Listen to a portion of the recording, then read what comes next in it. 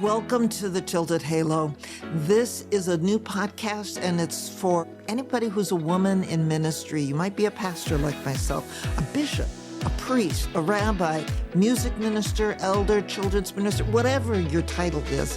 You're absolutely in the right place, especially if you're someone who loves your ministry and you're doing it well and you're feeling pressure to sometimes be perfect, and deep down inside, you know you're not. And how in the world to deal with that? And men, you're absolutely welcome here too, because this is about ministry and the same thing can happen to you. So you're all in the right place. Let's get started with the show. Marriage and ministry, that can be tough. It can be a blessing. It can be both at the same time. Marriage is a wonderful gift. And it's a gift from God to have somebody to go through life with. But ministry is not like most other jobs. It's certainly not a 9-to-5 job. It can be a 9-to-9 kind of position. It can be all-nighters at times. So ministry is a lifestyle. Sometimes kind of like being an entrepreneur and having your own business, and you got to do all of the different kinds of jobs with it. Hopefully there are other people who do things, there better be other people who do things like the accounting and those kinds of things. But there's still so many things that most faith leaders do, at least within Christian communities that I'm aware of, that require more than, the 40-hour work week. It's often a 60-hour work week, sometimes an 80-hour work week. And that can get to be very tough on relationships, with a marriage and with family. And so got to approach that with some different angles as to being on the same page, hopefully, with your spouse or partner, as the case may be, and have a lot of good communication in the process. And that's not always easy, because your spouse or partner has needs that are different from yours. And the commitment you have to your ministry and the work you're doing within your faith community can sometimes feel to your partner as bigger than the commitment you have to that person. And that's going to put a strain on things. And it gets even harder sometimes when both of you are involved in ministry. Because, and especially if you're both serving the same congregation. And I've been there for that. Because you're never having any downtime, any time away from each other. And sometimes that's great, because you can talk about the same things, you can share the joys and the struggles of the ministry. But again, it's having some of space of your own, where each of you can have that time to excel in a place where you can have your own relationships, your own friendships, and not be always with the other person. I love my husband, and there have been times where we've been together so much that it gets difficult. I love my husband, and there's times where we've been apart so much that it gets difficult. And so marriage and ministry can be difficult. But I also want to talk about some of the blessings of that, because we share some common language, share common ideas about God's grace and about God's love and God's goodness. Not always about how that's expressed. That's true. Not always about how the direction of the congregation and the ministry that we're involved in, that's true. there were times when we were serving the same congregation. One of the things we did was have a meeting each month with the president of the congregation, the elected member of the congregation who was the chair. And prior to the monthly church board or council meeting, whatever you call that, and sometimes even at the church board meeting. And there were times where my husband would say something and have a view on a topic, and I would disagree with him. And I shared that no, that's one possibility, but if we do this, it can be difficult. It's not going to work so well. There's another way to look at this. And so there were times where we had disagreements amicably within those meetings with other people there. And it became a way for people to see that, you can disagree with each other, but still work together and still be together. So it can be a beautiful example for a faith community to have a couple working together in ministry, but it can be tough on the relationship too in the midst of that. So, think about that if you're going into any kind of faith leadership. And as you're there, what are the things that are important to you?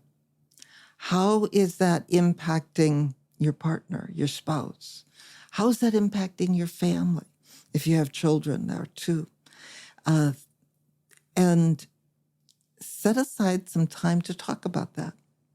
Make sure you have that time away from ministry too, where you can be together as just ordinary people.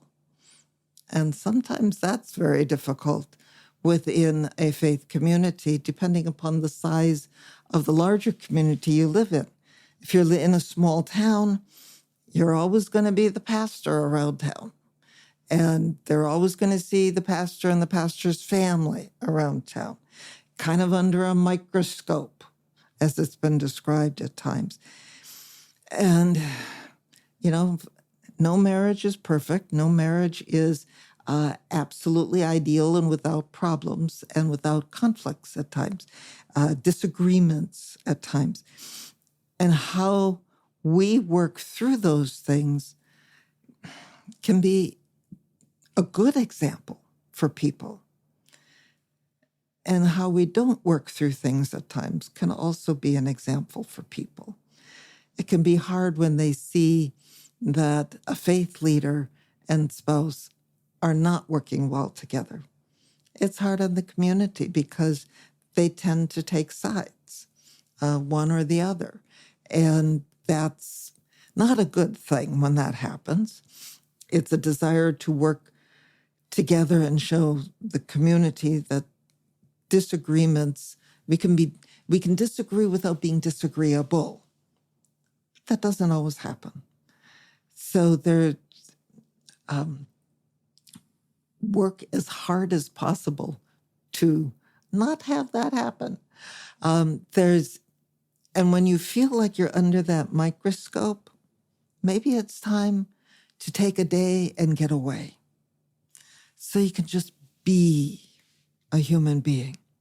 So you can just breathe without thinking about, is Sally or John or whoever going to see me around town and have a comment or see what I'm buying in the grocery store or, know what kind of mail we're getting. Any of those kinds of things can make life a little bit difficult. And it's important to have your space and to have the congregation know that you need space too, just like they do.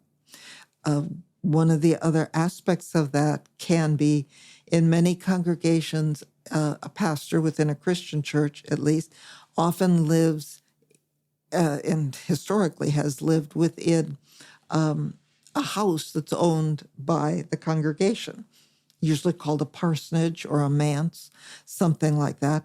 And There are times where I've heard stories of members of the congregation feeling like, well, that's their house, so they should be allowed to come in anytime they want to. Quite frankly, that's not appropriate.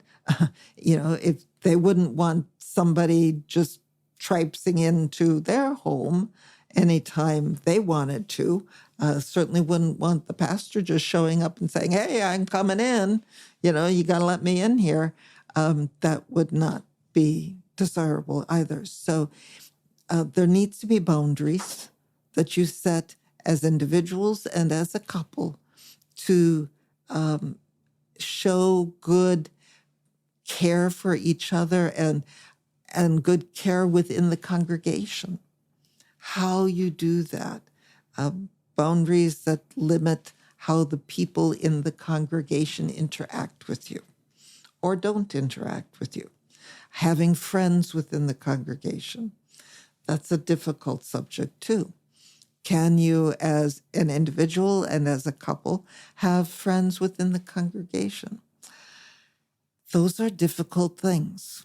Yes, you always grow close to certain people, but the truth is, none of us as pastors stays with the congregation forever. And it's important to allow those members to be able to say goodbye to you and to form bonds with a known pastor and to not feel like to feel so attached that it becomes debilitating when you leave. It's important to be able to be close to people, but to be able to set those boundaries too. And sometimes those not having good boundaries can be a problem within a marital relationship. It can lead to suspicions. It can lead to people outside of others within the congregation thinking that there are things going on that shouldn't be going on, that there might be an affair, even when there is not. And so you need to be careful about those relationships and those boundaries with people, and that those things can have a very damaging effect on the congregation and on the relationship between a pastor and spouse. And those are just some of the things you got to look at. But one of the main tools to help with that is good communication. And sometimes it's easier to have good communication with people you're not really close to. You may have noticed that. And I know I've noticed that. Sometimes it's easier to take that step back and breathe and not be as reactive to a member of the congregation rather than to a member of your immediate family, including a spouse or partner.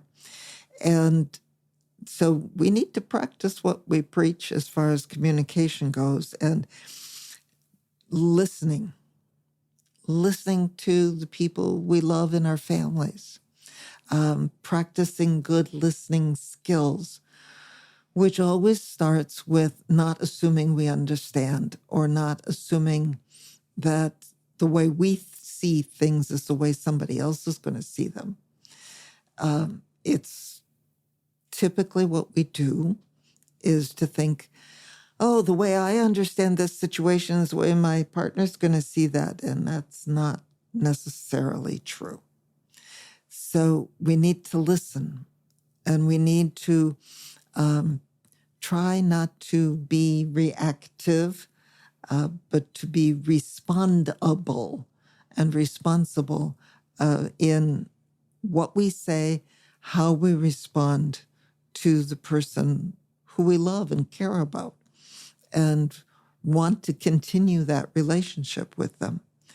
And sometimes that's not always reciprocated, and that's painful. It's painful in any relationship when that happens, but it's even more painful when we want to be a shining example to members of our faith community And instead, the halo's not just a little tilted, but it feels like it slips off sometimes. And it's not there at all. So give yourself some grace. Give your partner the same kind of grace that you want to receive.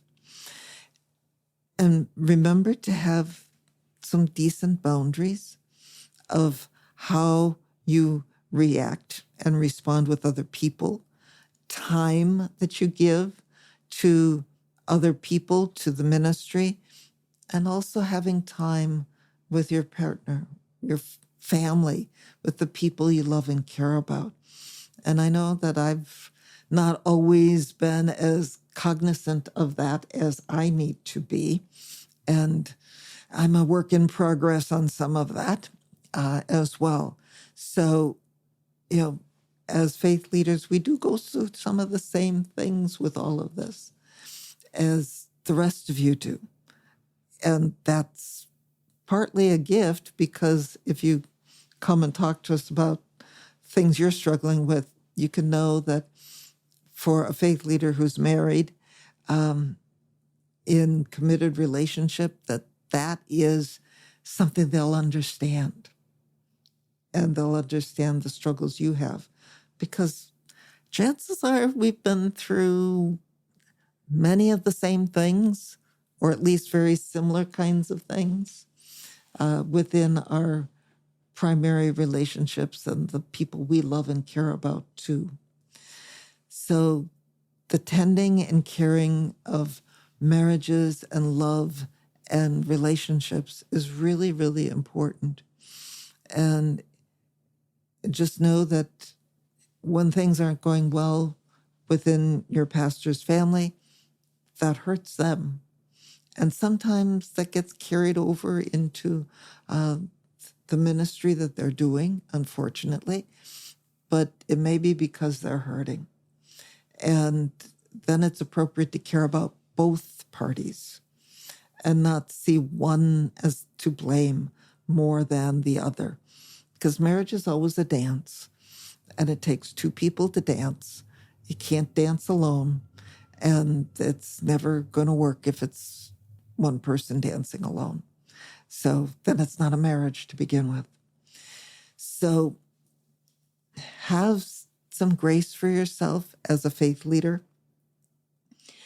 Know that if your relationships are not what you'd like them to be, that it's as important for you to seek outside help from others as it is for the members of your congregation to come and seek help from you or other outside people who have the skills that are needed. Because relationships are important. And when they don't work, that gets felt, and it gets to impact the whole of ministry. So marriage in ministry can be a great blessing, a very strong supporter, and a very wonderful addition to the ministry. It can also be difficult. And just know that as faith leaders, we face a lot of the same struggles and joys in marriage and relationships that you do too. So until next time, stay as loving as you can be. Communicate. And know that God loves you and the people you live with too. The Tilted Halo will be back next week with another episode. You have been listening to Tilted Halo with me, Kathleen Panning. What did you think about this episode? I'd really like to hear from you. Leave me some comments. Be sure to like, subscribe, and share this episode. And catch another upcoming episode for more conversation on ministry, life, mindset, and a whole lot more.